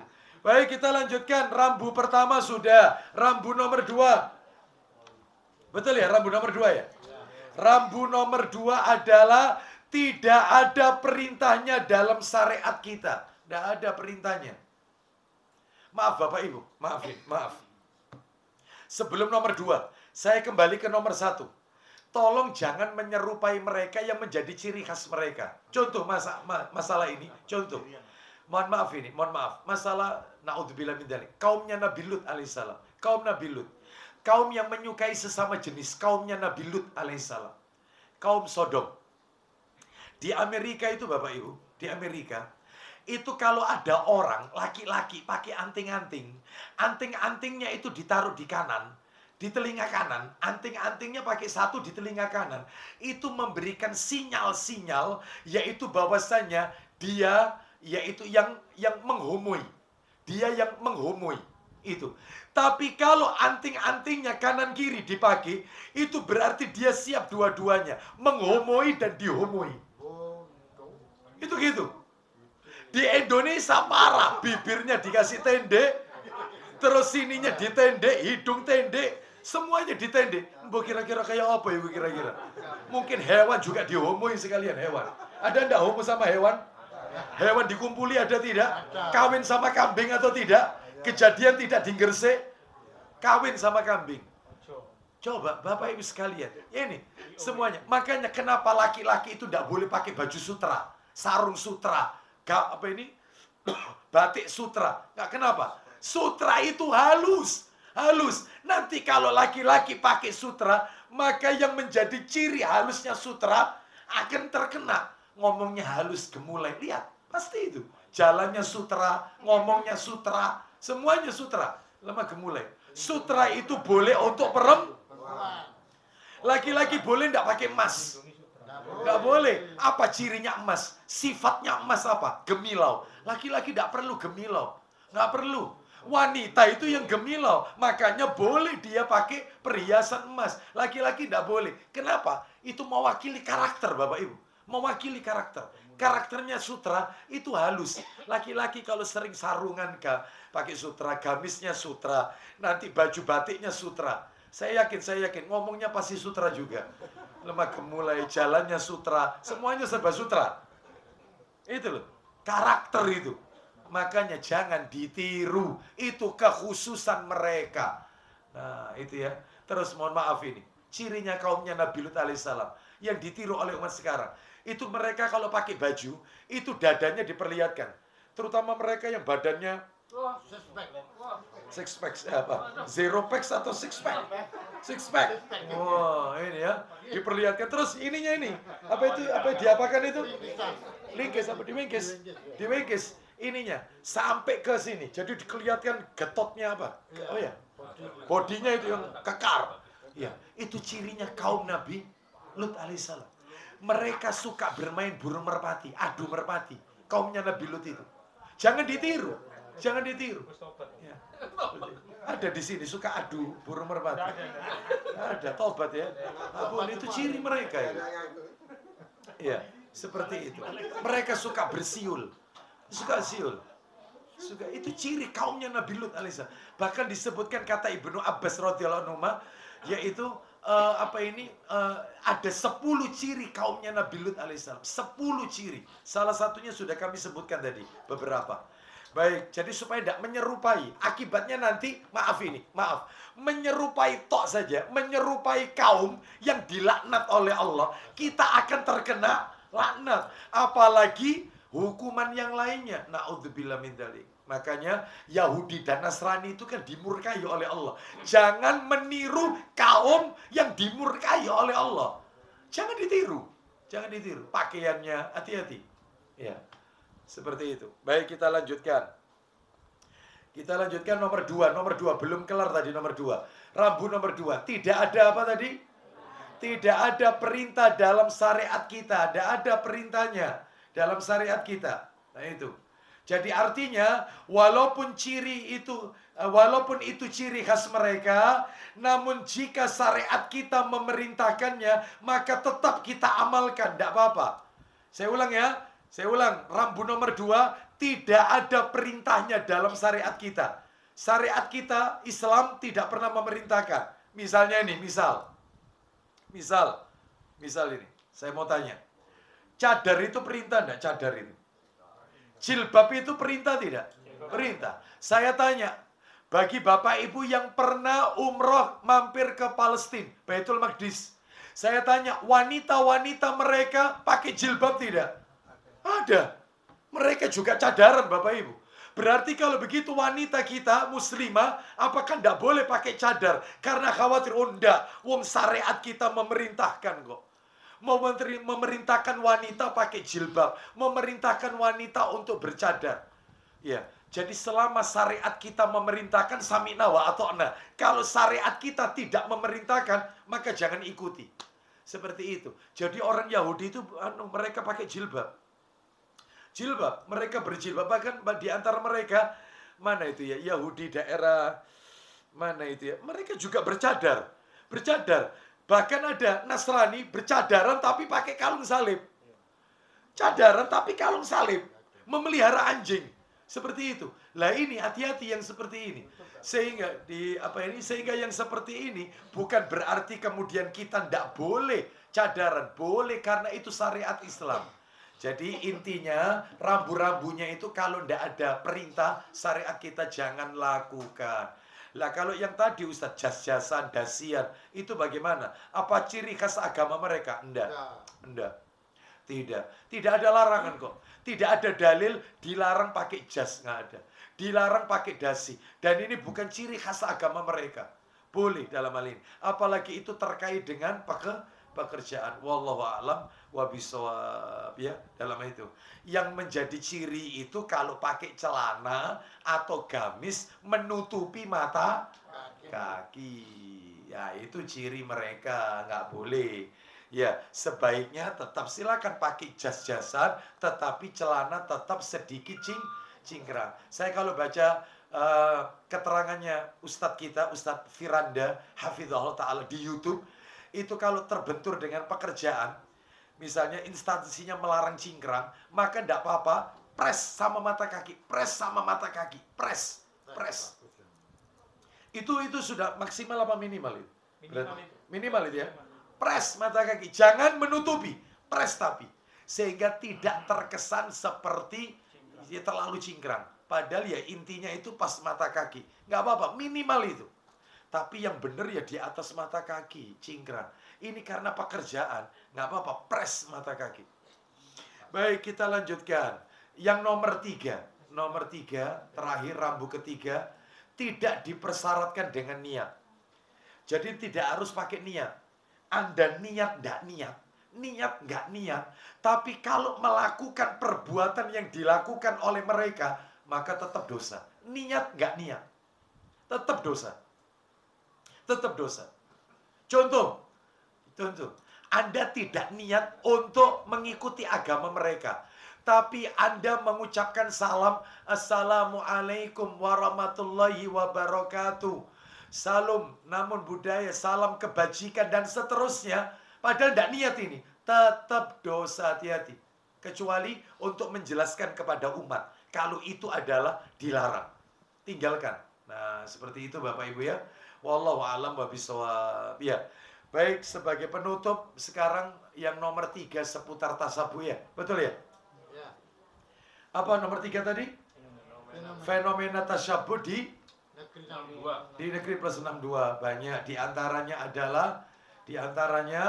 antaranya suka merayakan hari raya.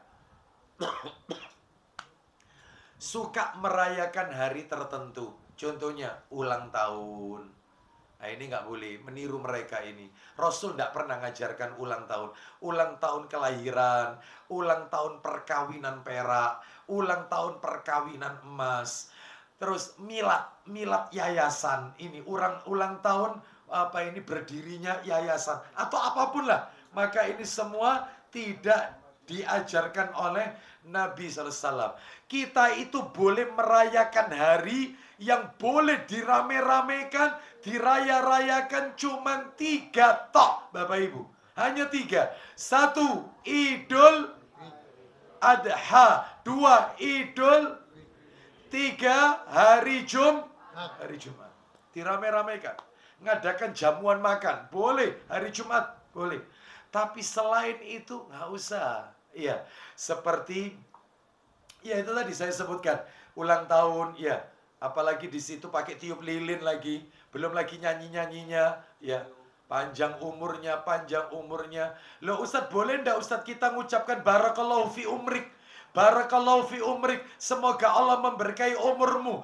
Loh itu kalau tidak pas ulang tahun, tidak pas momen hari kelahirannya, ndak apa-apa kita doakan. Barakallahu fi umrik. Semoga Allah memberkahi umurmu. Tapi tidak pas momen karena orang itu ulang tahun. Nggak apa-apa, doakan umurnya berkah. Semoga Allah memberkahi umurmu dan menjadikan amalmu diterima oleh Allah. Boleh kita doakan itu. Tapi jangan pas momen ulang tahun. Jangan. Ya kita tahu dia itu ulang tahun bulan apa. Sudah, jangan. Ya, hindari seperti itu Bapak Ibu. Ya, ucapan-ucapan selamat ulang tahun. Maka ini semuanya tidak diperbolehkan. Terus meramaikan tempat. Ini juga tidak boleh. Meramaikan tempat. Meramaikan tempat. Tempat itu dikunjungi banyak orang. Nggak boleh. Kecuali yang disyariatkan. Contohnya, tempat-tempat yang disyariatkan untuk dikunjungi. Contohnya, Mekah, Madinah, Masjidil Haram, Masjid Nabawi. Termasuk juga tempat sa'i. Termasuk yaitu, apa ini? Raudhah. Itu kan dikunjungi. Jadikan rebutan. Karena doa mustajab. Tetapi kalau seperti meramaikan ke gua-gua, ngapain ya? Mengunjungi kuburan hari-hari tertentu, mengunjungi tempat yang dianggap keramat, candi-candi, maka ini nggak perlu. Ya, nggak ada petunjuknya yang seperti ini.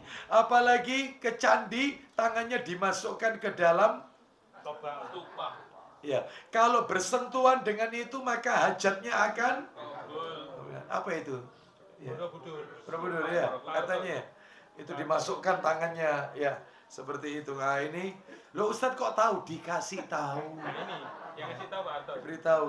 Termasuk yang menyerupai mereka, mengikuti siar-siar mereka, nama-nama dan siar mereka yang menjadi ciri khas mereka. Seperti apa ini? Memberi nama anak-anak kita, nama-nama dari kalangan mereka. Ya, namanya dikasih apa? Ronaldo. Ya, itu ya, Michael, ya. Gabriel, ya. Ini jangan, ya. Seperti itu. Kasih nama-nama Islami, Bapak Ibu, atau lambang-lambang mereka. Ya, salib, seperti itu. Ya. Kenapa? Oh iya, saya nggak tahu itu artinya apa. Pak Selamat ya yang lebih tahu ya. Jadi hati-hati ya, simbol-simbol mereka, hati-hati Bapak Ibu sekalian ya. Ini dilarang ini. Termasuk nama-nama dari mereka hari Minggu ya. Tolong mulai sekarang biasakan pakai nama syar'i. Jangan pakai sembayang, tapi biasakan dengan sholat. Jangan dibiasakan dengan menyebut Minggu, tapi biasakan. Jangan dibiasakan dengan selapan, tapi biasakan dengan akikah. Ojo selapan, jangan. Jangan dibiasakan dengan surah, tapi biasakan Muharram, ya, seperti itu, ya. Dan masih banyak lagi. Termasuk diantaranya meniru pakaian khas model mereka, pakaian model mereka, ya. Seperti apa? Sobek-sobek, ya. Terus ya sobek itu ya bolong itu Pak Arto ya. Terus mencukur jenggot ya. Termasuk wanita menyerupai kaum laki-laki menjadi tomboy dan seterusnya ya. Wallahu alam wa bisawab. Menyukai musik, nyanyi, joget dan seterusnya ya.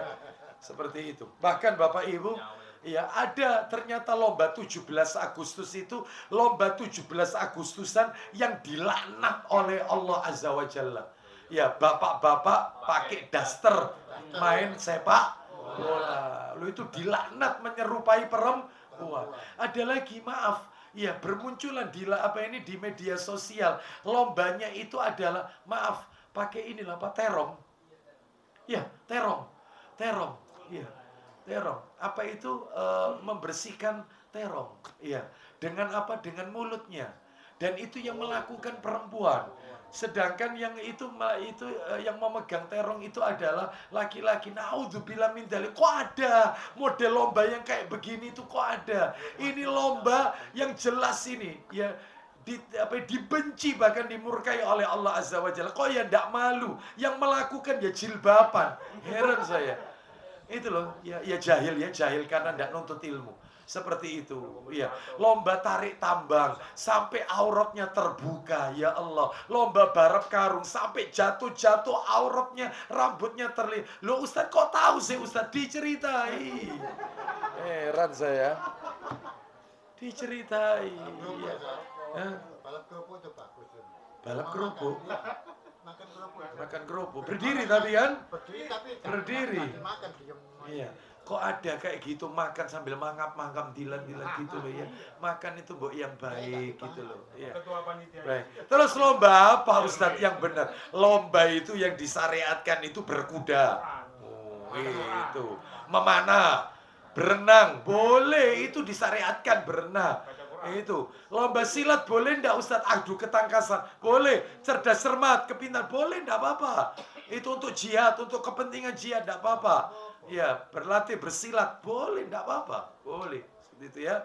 Wallahu a'lam wa bishawab. Ya. Ini apa ini? Kok panjang sekali? Saya tutup kajian kita, Bapak Ibu sekalian. Ya. Iya, Ustadz izin bertanya. Assalamualaikum warahmatullahi. Suami saya secara baik-baik meminta izin ke saya untuk menikah lagi dengan seorang janda. Rumah tangga kami sudah 32 tahun lebih dan tidak ada masalah. Kami dan anak-anak rukun dan bahagia. Alasan ingin menikah lagi karena ingin membantu kehidupan janda. Ya, saya mau tanya.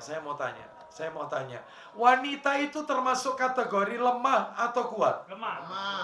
Membantu orang lemah itu berpahala tidak? Iya.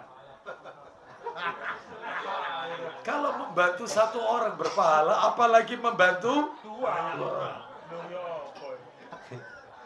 Kita lanjut, belum kelar. Dan suami saya mengakui sudah sangat mencintainya. Dari apa itu? Dia juga tidak ingin berpisah dengan saya dan anak-anak. Jadi intinya minta izin untuk berpoligami. Apa yang harus saya lakukan? Ibu-ibu sekalian, sebagai seorang wanita tentu berat menerima ini. Tetapi secara agama kita diperbolehkan. Saya harus bagaimana? Iya. Ibu-ibu sekalian, rahimani wa rahimakumullah. Yang pertama, bahwasanya poligami ini syariat Islam. Itu nomor satu. Nomor dua, poligami ini tidak wajib. Hukumnya sunnah. Betapa banyak ulama yang tidak berpoligami. Mereka cukup puas dengan satu istri. Banyak. Yang nomor tiga, ada sebagian laki-laki yang jika dia dibatasi atau dilarang untuk berpoligami, dia akan terjatuh ke dalam perbuatan zina, maksiat. Yang keempat, banyak laki-laki menikahi wanita dengan alasan yaitu ingin membantu, ingin mencari pahala, bahkan ingin memuliakan istri karena dia masih mencintai istri yang pertama dan dia tidak ingin menceraikannya.